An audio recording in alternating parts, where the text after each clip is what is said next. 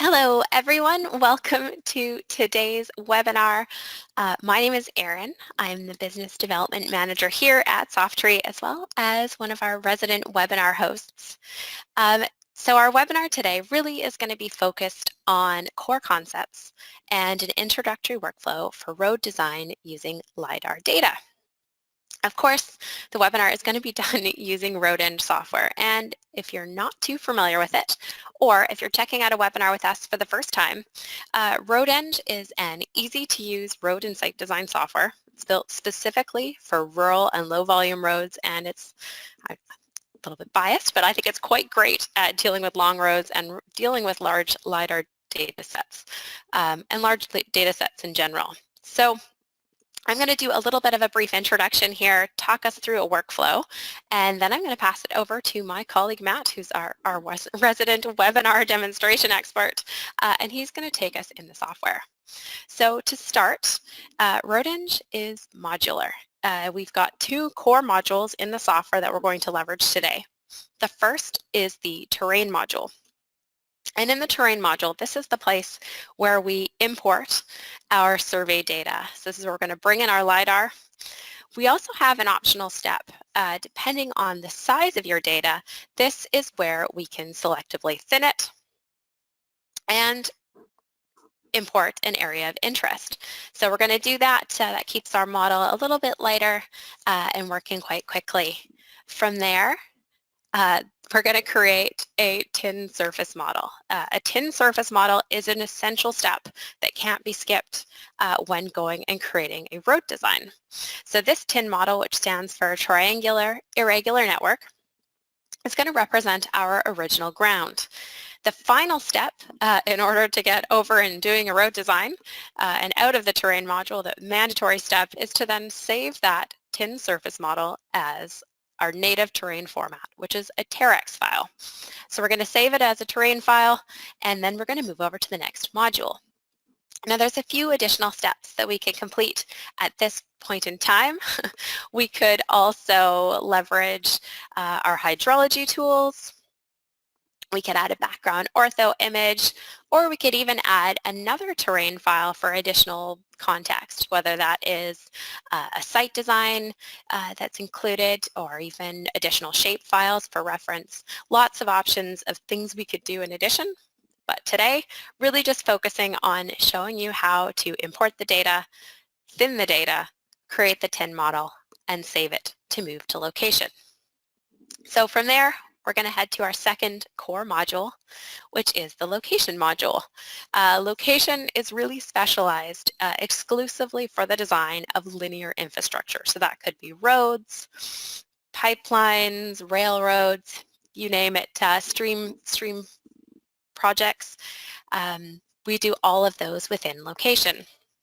And I feel like actually this might be a good opportunity to just say today's project is sort of a generic resource road. As I recognize, we've got an awful lot of different industries represented in our audience, as well as countries.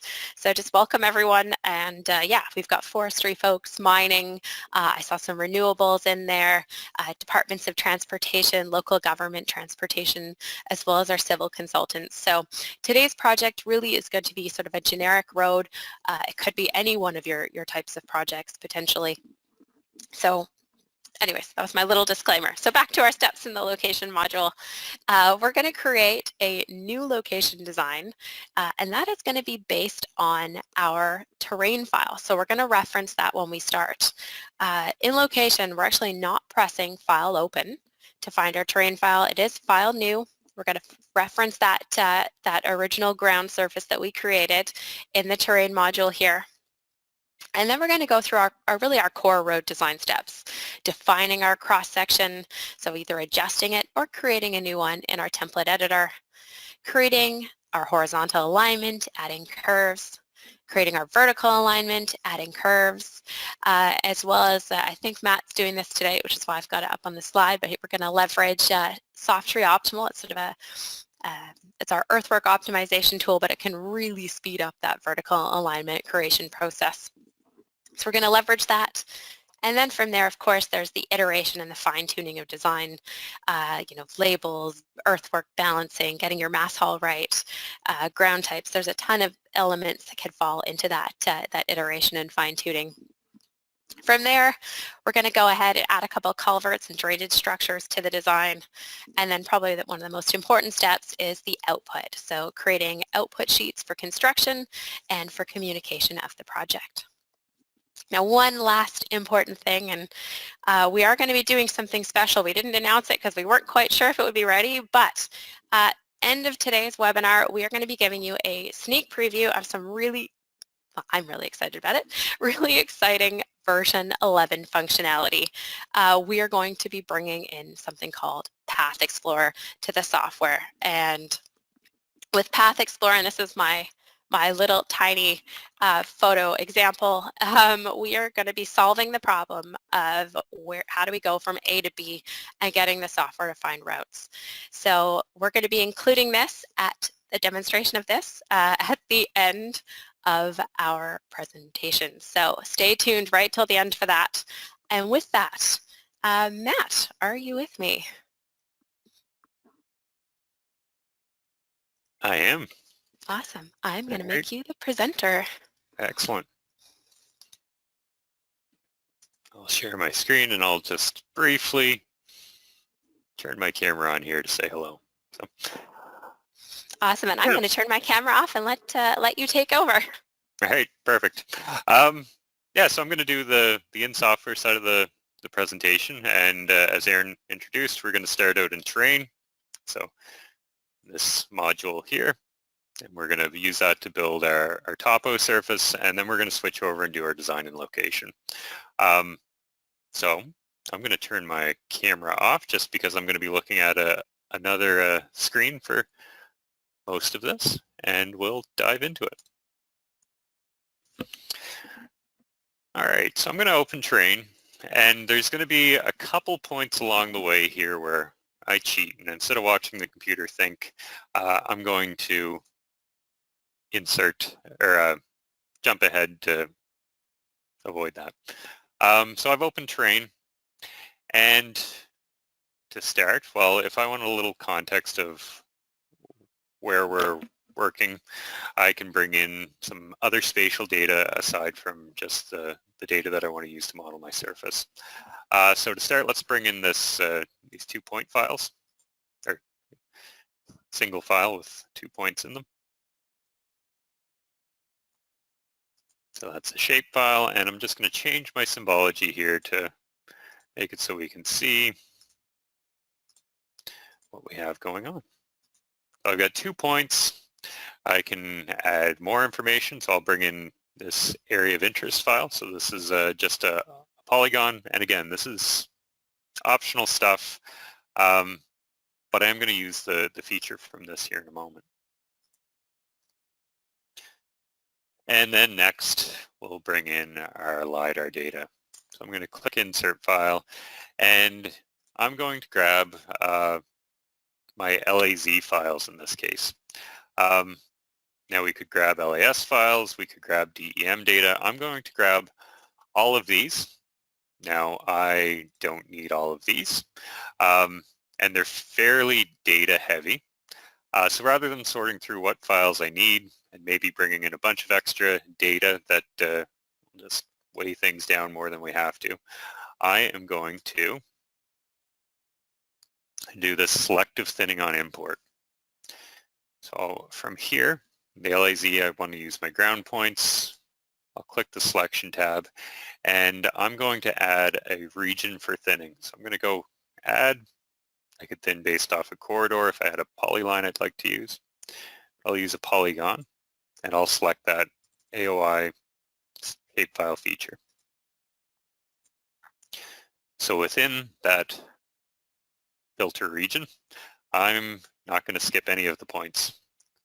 But outside of that region, I'm going to tell it to skip everything.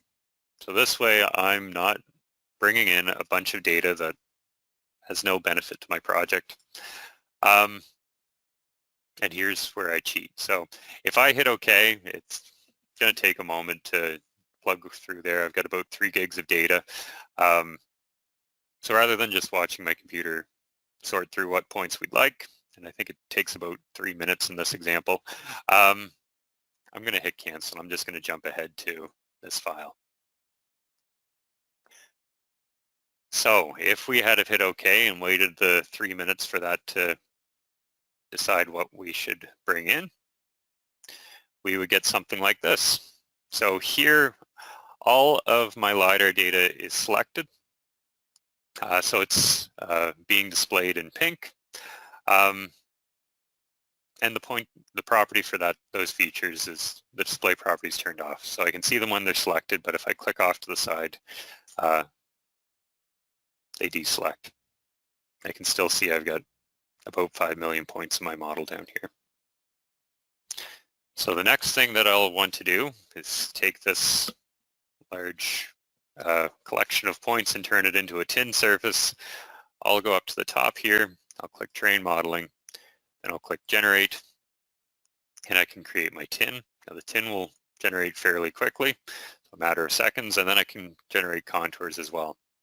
And here's a case where, again, to not watch my computer think for a minute or so, I'm going to cheat and hit cancel. But if I hit OK, it would build the tin really quickly and then take a minute or so to generate my contours. And the outcome is something that looks like that. So this is my train file, and there is a tin in it. So this is the surface, and I want to use this to do my road design. So I'd hit File, Save As. Now I've already saved it, so I'm not going to save it again. But this is the file that I'll use when I jump over into location to do my design. So let's minimize that, minimize all these other ones that I have on the go, and we'll open up location.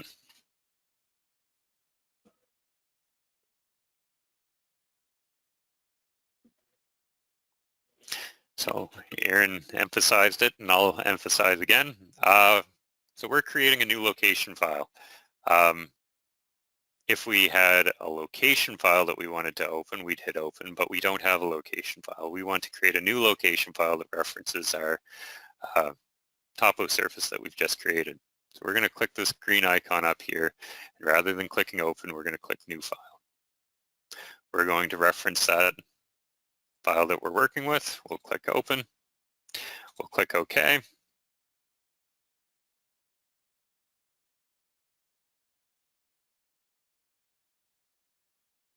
And it's taking a moment to read that in. And then we can choose what we'd like to use for our initial alignment. So if we had a polyline we'd like to use from that terrain file, we could use that.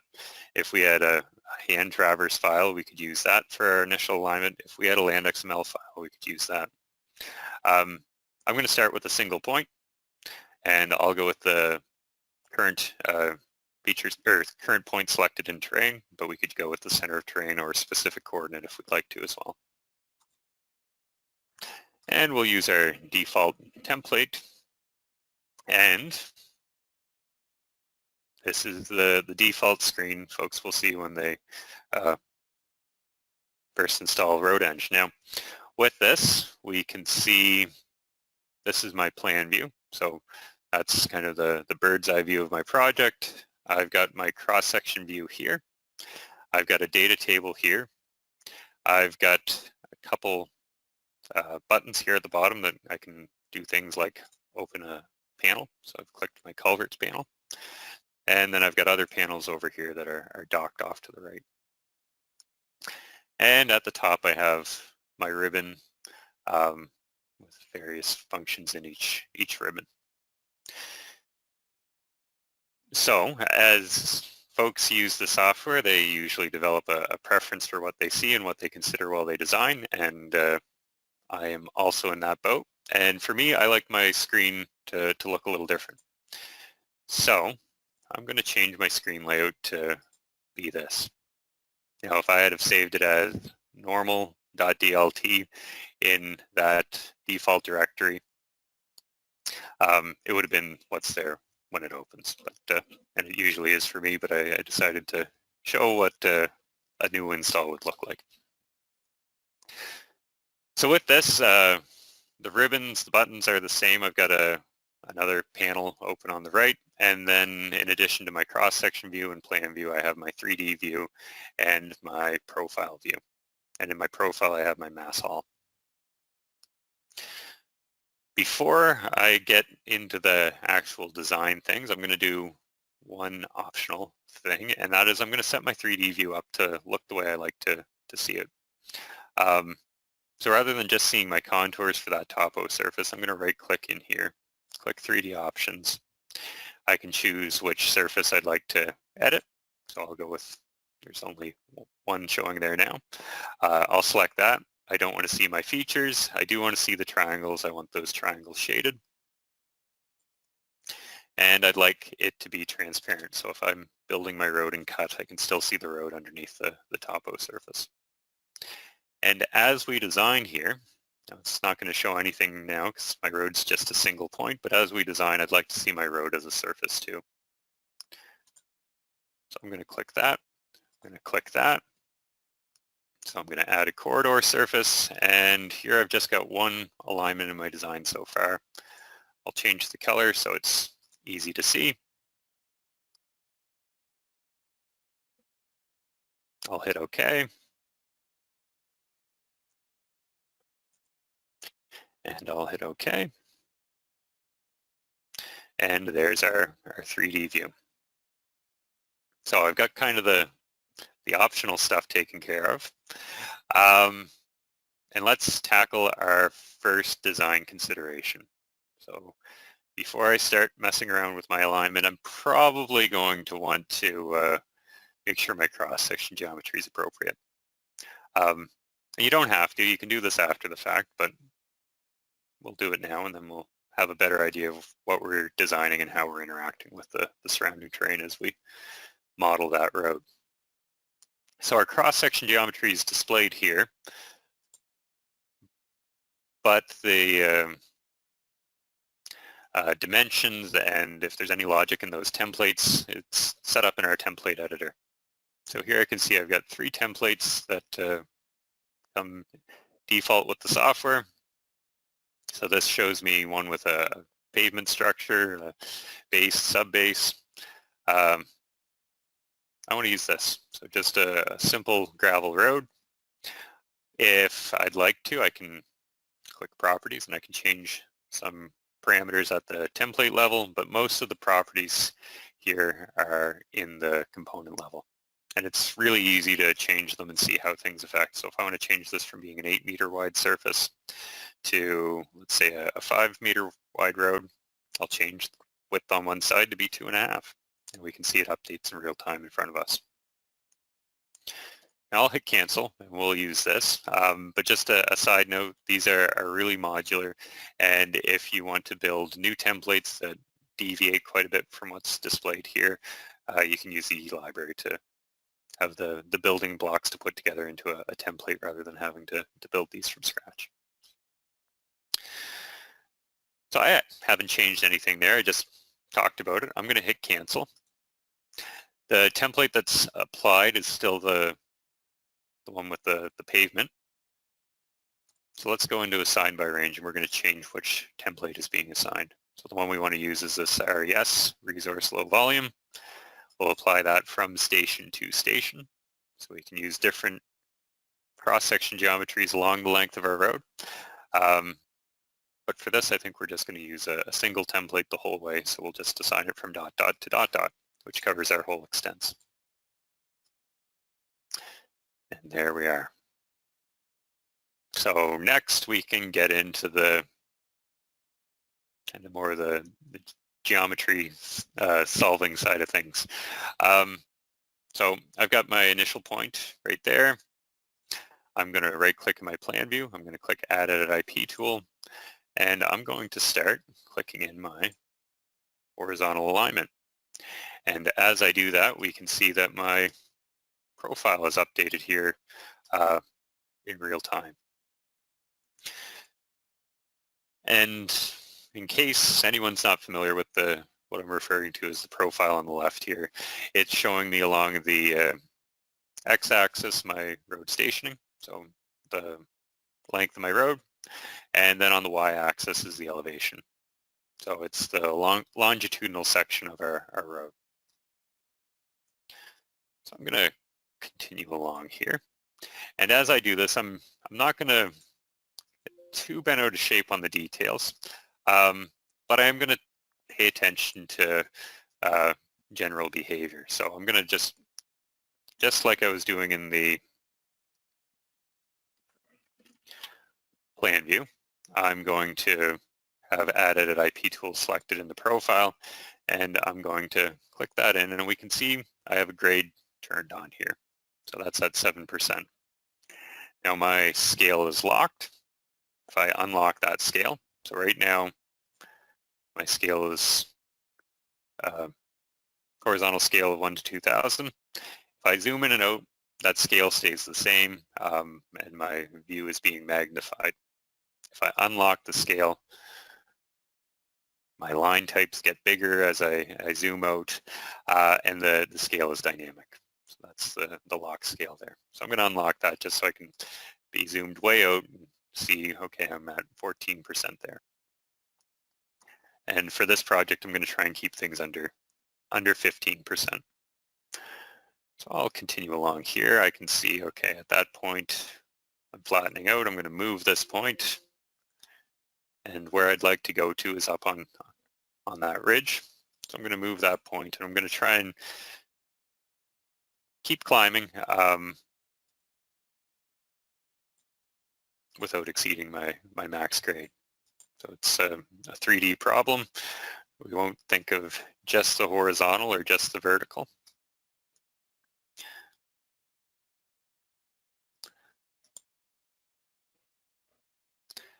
And let's go there.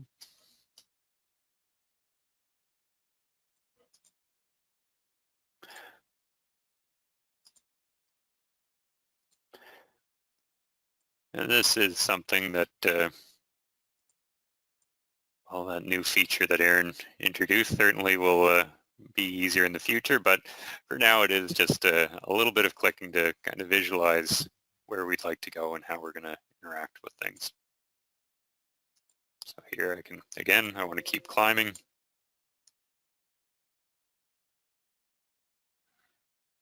So it's all dynamic, and one view is connected to another. And we're reaching that bench there, so I'm going to keep going up. And on this project, I've got my little dot where I'd like to go showing up there, so I'm going to just pan this around and we can see. So I'd like to come up here and maybe snake through that ridge.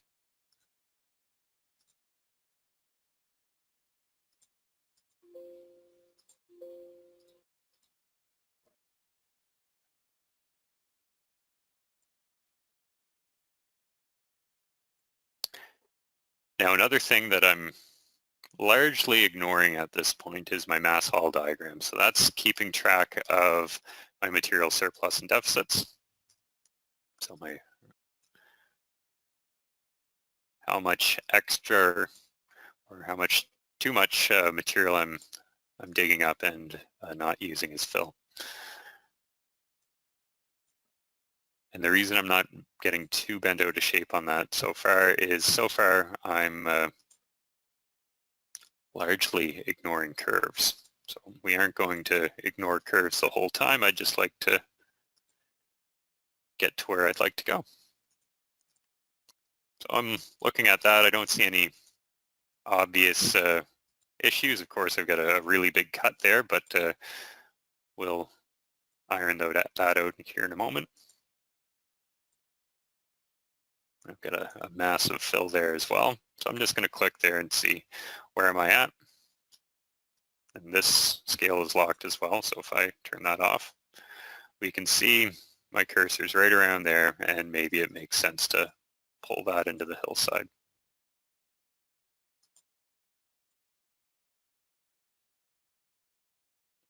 And we can see, so not just my profile and plan and cross-section showing up in real time, my 3D is as well. Now I'm going to add some curves. So I'm going to click my cursor there. So I'm on my horizontal curves panel. I want to add a circular curve. I'm going to shoot for a 50 km/h road. So I'll set my radius to be 100 meters. I'll hit apply. And there we are. There's my curve. So it's that dynamic interactivity. And by adding a curve, we're changing the position of our road and changing the length as well. So cutting that corner off to smooth things out. So if we wanted to, we could change that to whatever radius we'd like. And we're not stuck with it either. So if I was happy with it there, I could leave it there, or I can grab that and maybe pull it in. So I'm grabbing my IP to move it. Now we could cycle back and we could add a curve here. So we can do that manually. And we can go back and do that again. Now here, and I've already done it, but if I made changes to my curve parameters, I could set this default curve, and then instead of adding all these horizontal curves in manually, I can click this button. I can say, well, let's apply our default curve anywhere it fits. We'll hit OK. And now all these IPs are going to have that 100-meter radius curve that I'd like to use for my minimum curve. And if it doesn't fit, like that point, and I guess those are the only spots, it just doesn't apply it. But I can really quickly say, well, there's no curve there.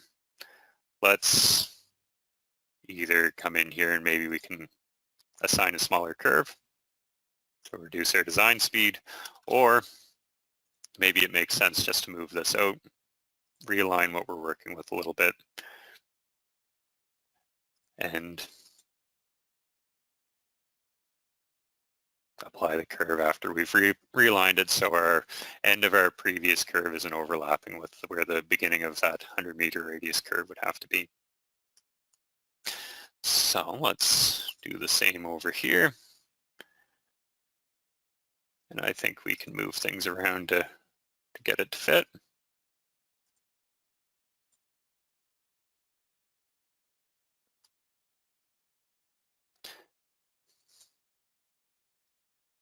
And we can. And we can see here my little dashed green line, that's my slope stakes. So I can see I'm filling out even without looking at my 3D view. Perhaps I want to make some adjustments so we don't end up spending a fortune on fill material.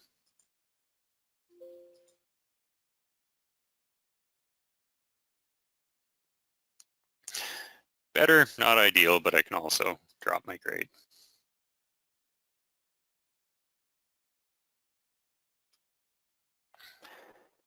So we've got our horizontal curves in there, and it is an iterative process, so there may be some going back and forth between my plan and profile as I make some adjustments. But I can come in here and use my vertical curves panel to adjust those curves. So I'll go with a K of 11, so a crest of 11. And we can see what we're working with there. And here, well, I'm through cutting through that awful hillside, and it would be nice if we just avoid it. So I'm going to right click again, that iterative, let's make better decisions because we can see what's going on. And let's just move that out. So rather than going through that little ridge, let's pull this out a bit.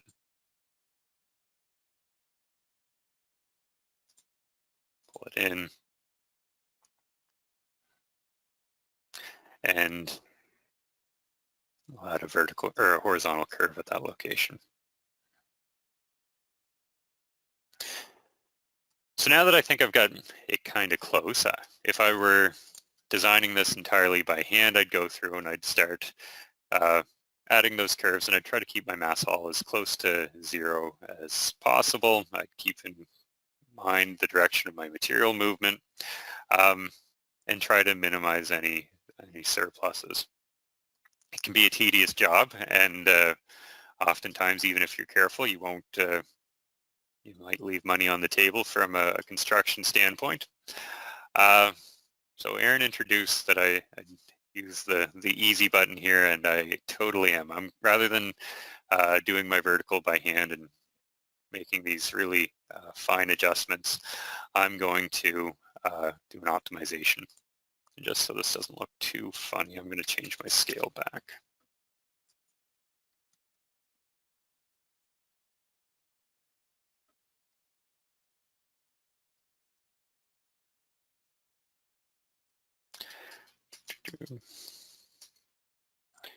All right, so to do this optimization, I'm going to expand my Project Explorer. I'm going to go into my vertical. I'm going to click vertical options. I'm just going to tell it to sample along the length of my road. I'm going to allow it to have curves butted right up against each other. So fast curves, it'll be the cheapest option, but it will be fairly humpy bumpy. And I'll come in here and I'll say, well, I want to have my start of my alignment right at where it currently is. And then we'll come over here and we'll click vertical optimization, click process, and it's going to run through. And the first thing that it's going to do is sample.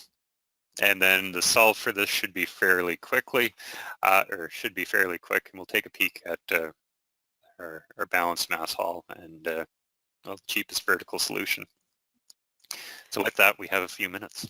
Yeah, and Matt, I was actually going to maybe see if you could cover one PowerPoint slide I did not cover, which is probably one of our most commonly asked questions, which is basically what format of LiDAR data should I be working with? We're often asked if it's better to bring it in an LAS format or LAZ format, or to bring in sort of one of those LiDAR derived products like a DEM in geotif or other formats. So perhaps I've got a bit of a slide up here. Maybe you mind presenting it for me? Yes, absolutely. So I will apologize, just looking at this on someone else's screen, it's harder to see than mine when we put the images together. But on the left, bottom left on the plan view there, you can see we have these cluster of little magenta points. And there's areas where the points are really close together and areas where they're really far apart. On the right, bottom right, we can see that those points are just on a regular grid. So the difference is the LAS files are the actual points that the scanner collects when they're scanning an area. And the DEM data is a derivative of that. So in order to get to a DEM, when it's being processed, they'll take the LAS files, create a tin, and then they'll grid them. And we see the points that are set on that regular grid are showing up. So for us, it doesn't make really any difference whatsoever. It comes down to personal preference and what the requirements are for your job, as well as how you have access to them. So one thing where it may matter is if you have something that's really critical where you want as much detail as possible, well then LAS data is probably your best bet, just because each point represents a point on the ground, whereas the DEM data is often fine to use interchangeably, but if it was something like maybe you had an existing road with a shallow ditch, and by simplifying that surface down to whatever grid spacing your DEM has, maybe you lose out in being able to actually tell that there's a ditch there. Yeah, so just to reiterate, from our end of things, it makes no difference, but it may make a difference on what's acceptable for your project. The flip side to that is DEM's often easier to organize on a GIS database, easier to pull and clip DEM data to bring in on your project. Yeah, so hopefully Awesome. that provides Yes, clarity. thank you for covering that one, Matt. As I mentioned, it's one of our most commonly asked questions. And as you get your screen back up and showing, hopefully your optimization is solved. A reminder to our audience, if you have a question, we are happy to answer them. You just need to type them in that little question section of your GoToWebinar panel. You do remain anonymous, and we will tackle all of the audience questions at the end. Perfect. So my optimization is done. So I'm going to hit OK. We should see as that just regenerates our vertical alignment. Our vertical alignment won't, well, it adheres to all those constraints we put in, so grade constraints, curvature constraints, but we're tracking the ground much better. And if we have a big fill, like we do here, it's for a reason, and we're balancing out the big cut up ahead. Yeah, we've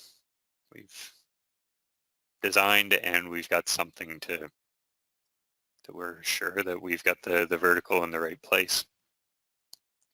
Now, just as a quick tangent beyond the simple everyday workflow, a nice thing about this is that we can use it to compare different options. So I could come over here and I can click Add Horizontal Alignment, and I could duplicate a current alignment. So I could get a duplicate of this, and then I could move my alignment around and say, well, if I stay on this side of the ridge, let's do that, re-optimize it, and see if we can save some money. Now I'm going to just, rather than creating a duplicate, I'm going to bring in a design. Now I could have also clicked Home Insert File for this, so I'm just bringing in a design from another location file.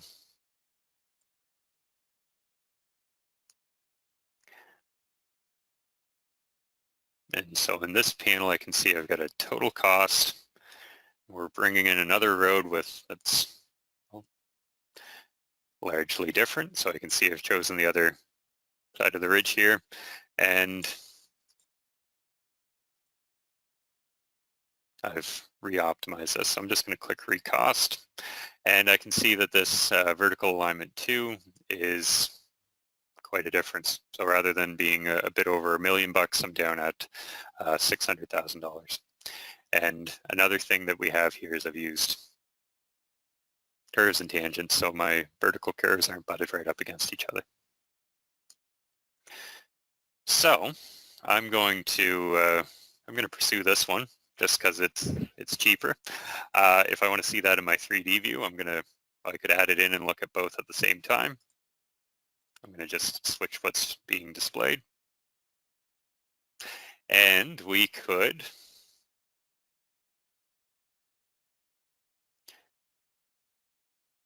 start our documentation and make that nice design package. I'm going to add some culverts though, and I'm not going to add every culvert that we need for this project. I'm just going to add a couple because they're really easy, and it's would be doing the same thing over and over again if I wanted to add everywhere I'd like a cross drain.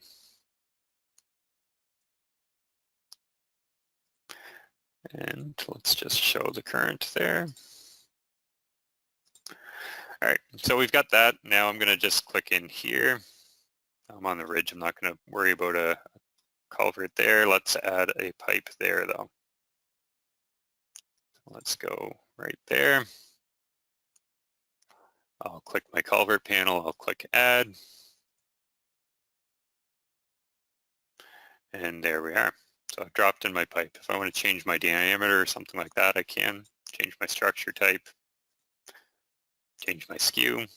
Let's set that at 110. Oh, and I went the wrong way, so let's set that at 70.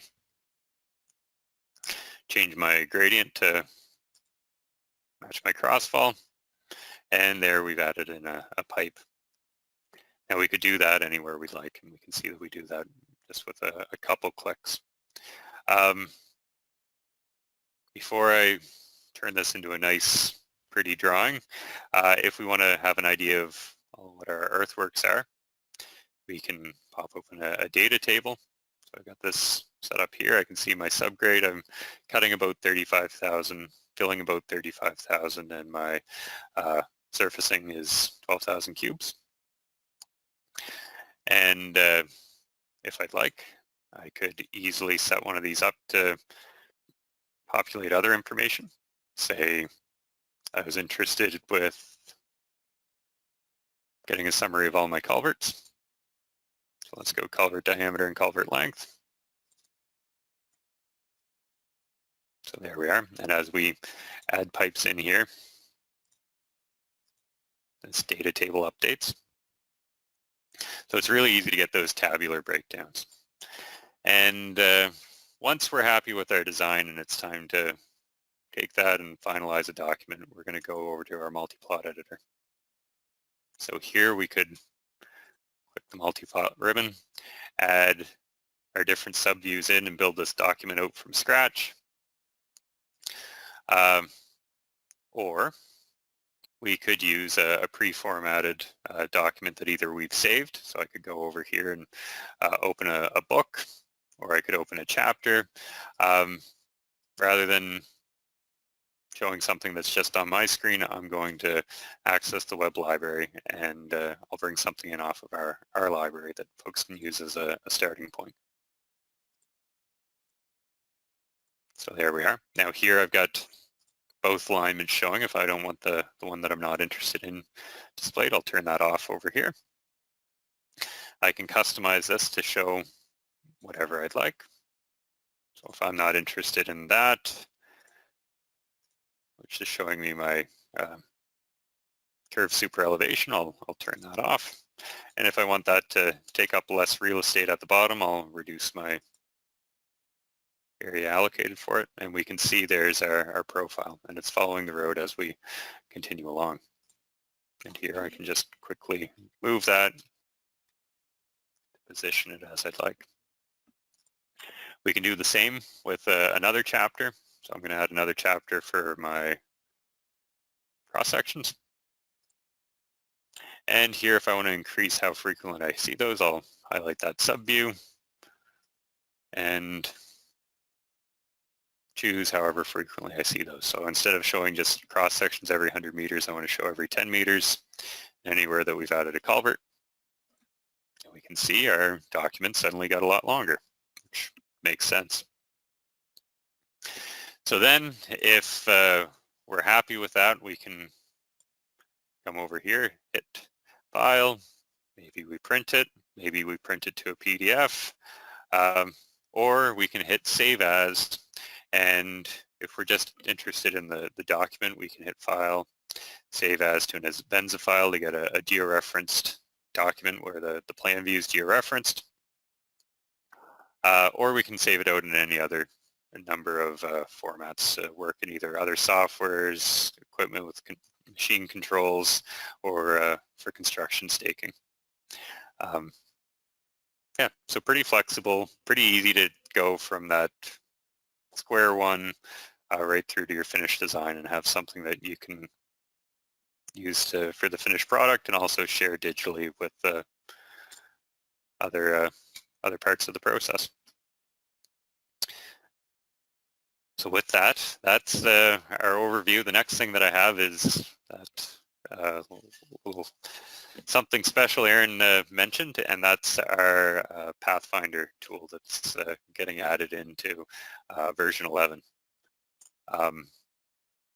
So with this, just more, we were excited about it, and yeah, I thought other people would be excited about it as well.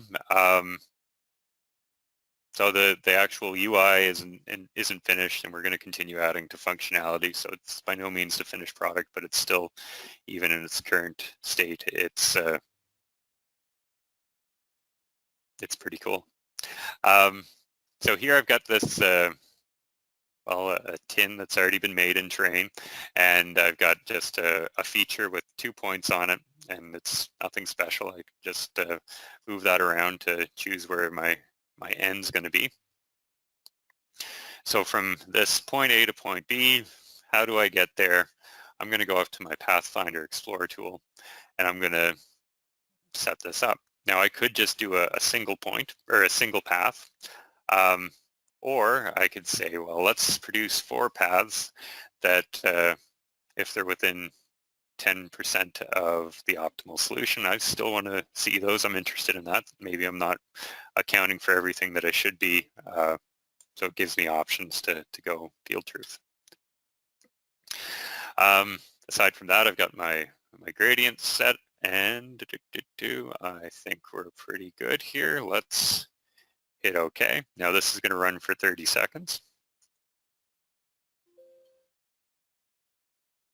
Oh, and so there, it spit out a solution. And we can look at these and say, well, that's based off our cost algorithm. It's a cost of $12.98. This is costs a bit more,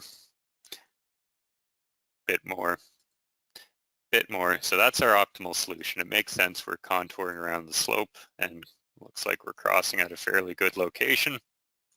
It's not extra long. It's not taking unnecessarily amounts of fill. So yeah, just a couple clicks of the button and away we go. And just for the sake of showing another example here, so that one was really short. Here we've got a longer example. We'll come in here, same thing. I'm going to go with 3 paths this time, and I'm going to let it run for 90 seconds. So it's generating a solution, and we'll go from there.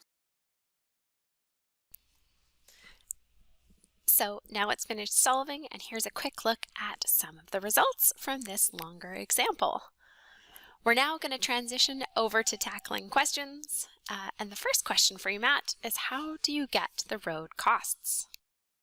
So I referred to it over here in passing. So in my panel, I've got my road total costs defined here. So I'm at 600,000.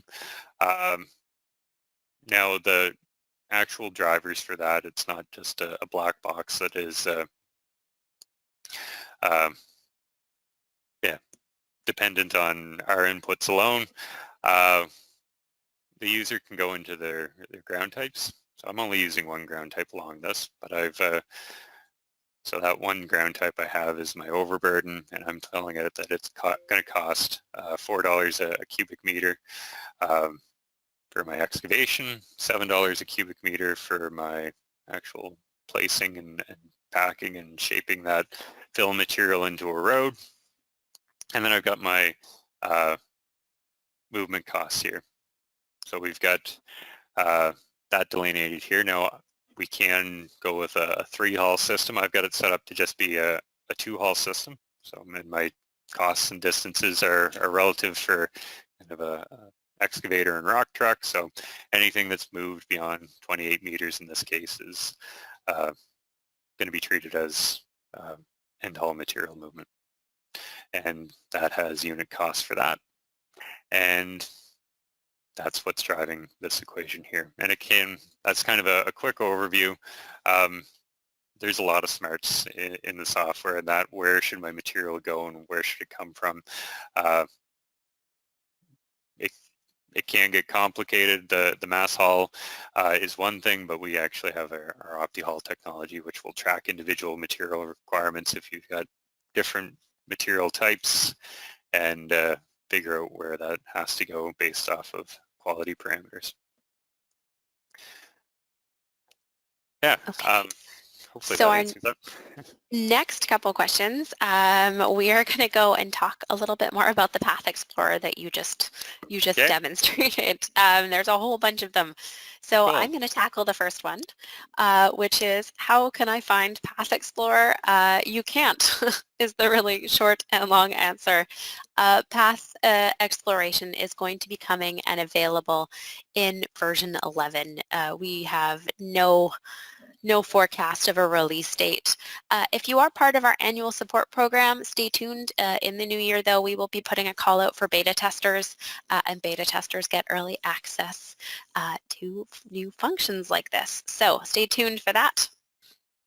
Okay, let's stay in terrain. A couple more terrain-related questions. How do I add an ortho photo? Okay. There is well, a few different ways you can do it, and I'm just going to make sure, since I have this open, that I do have a projection. The easiest and I think probably the most common way to go about that is to use our live maps tool. So with this, I could click import. Now it has to be projected. I can see, well, that's where I'm at.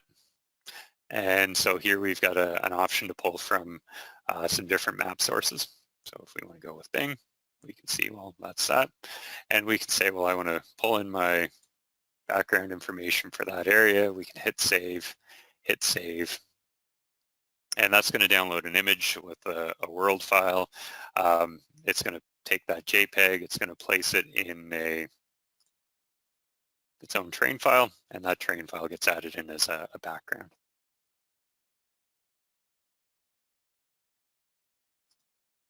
So there. The other ways to do it would be is if you have your own ortho imagery, you can just open up Train, insert the image, and save, and then you can right-click Plan background, and you can add in another Train file to be visible. So that's the most common ways to do that. Awesome. Next up in our terrain module related questions, does the TIN model use every LiDAR point imported to terrain?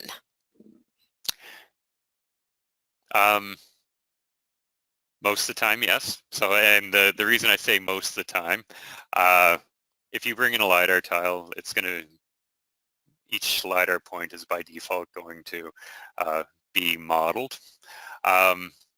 But we can have features that aren't modeled. So in the case of working with LiDAR data, yes, so that in the previous example that we had open, those 5 million points, we're not further simplifying the surface. But if we had something that, like in this case, this feature that I have showing up here, it has its own elevation data, but it's not included in the model. So if I had modeled this and click calculate, this surface isn't going to have a bunch of tin triangles going up to that line that's floating in space. Yeah, so you have the flexibility to turn them off, but yeah, working with LiDAR data by default, you're going to have all those points included in your tin. And you can further simplify it though if you'd like. If for some reason you didn't want to have the full resolution, you can simplify it after the fact. Come in here and you can say, well, I want to reduce the resolution of my data just with a basic grid simplification, and we can go down to 1 point per 1 square meter grid. So we can reduce the resolution that way. Hopefully that answers it. Okay, and before you get out of terrain, there's one more terrain question that just popped in. Is it possible to remove the contours? Yep. Delete contours, surface is still there. Yeah, or you could select them and make them not visible.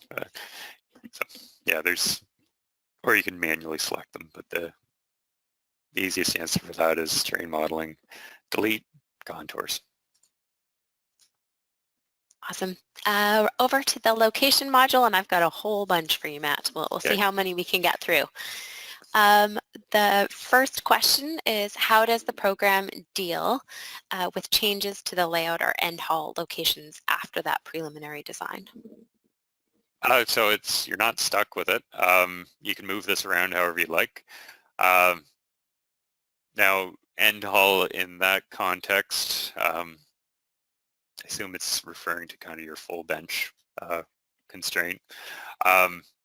So if that full bench constraint's a product of where the position of your road is.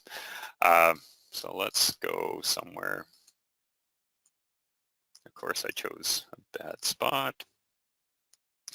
So right here, if I wanted to make that full bench, and I know it's a super benign example, but just for the concept, well, I've got two options. I can either drop my grade, or, and I'll just hit Control Z so it goes back to the way it was. I can push my road into the hill.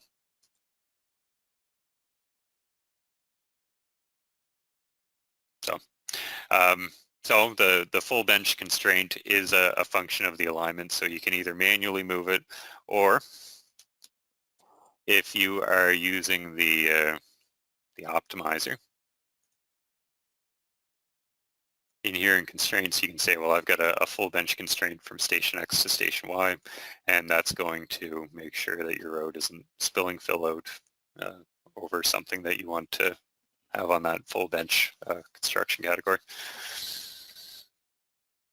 Yeah. Awesome. And okay.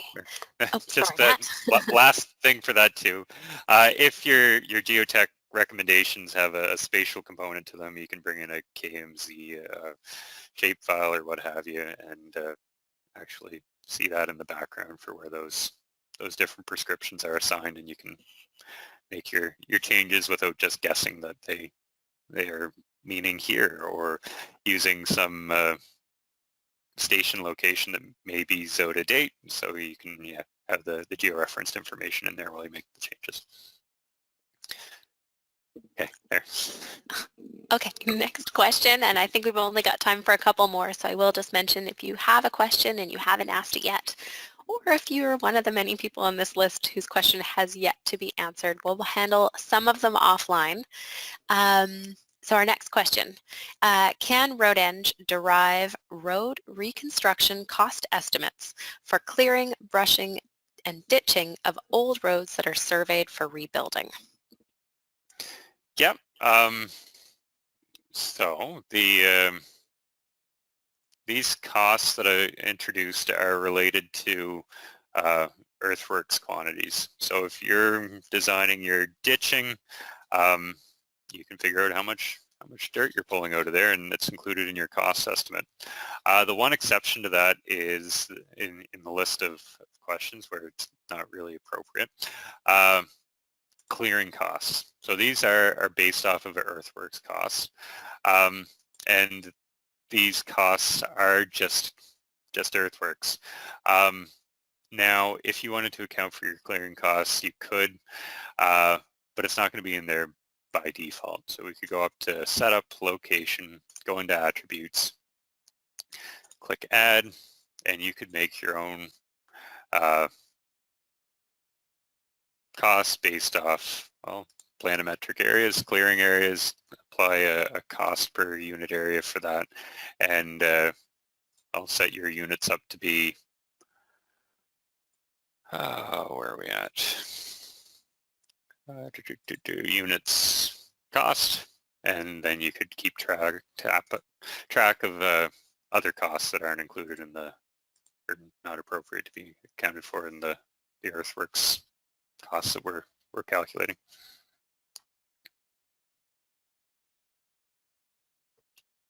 Okay, and with that, at 12 o'clock, right on time to finish, I wanted to just say thank you, Matt, for stepping us through this introductory workflow. I know we kind of went a little bit beyond the introductory with a few of those questions there at the end.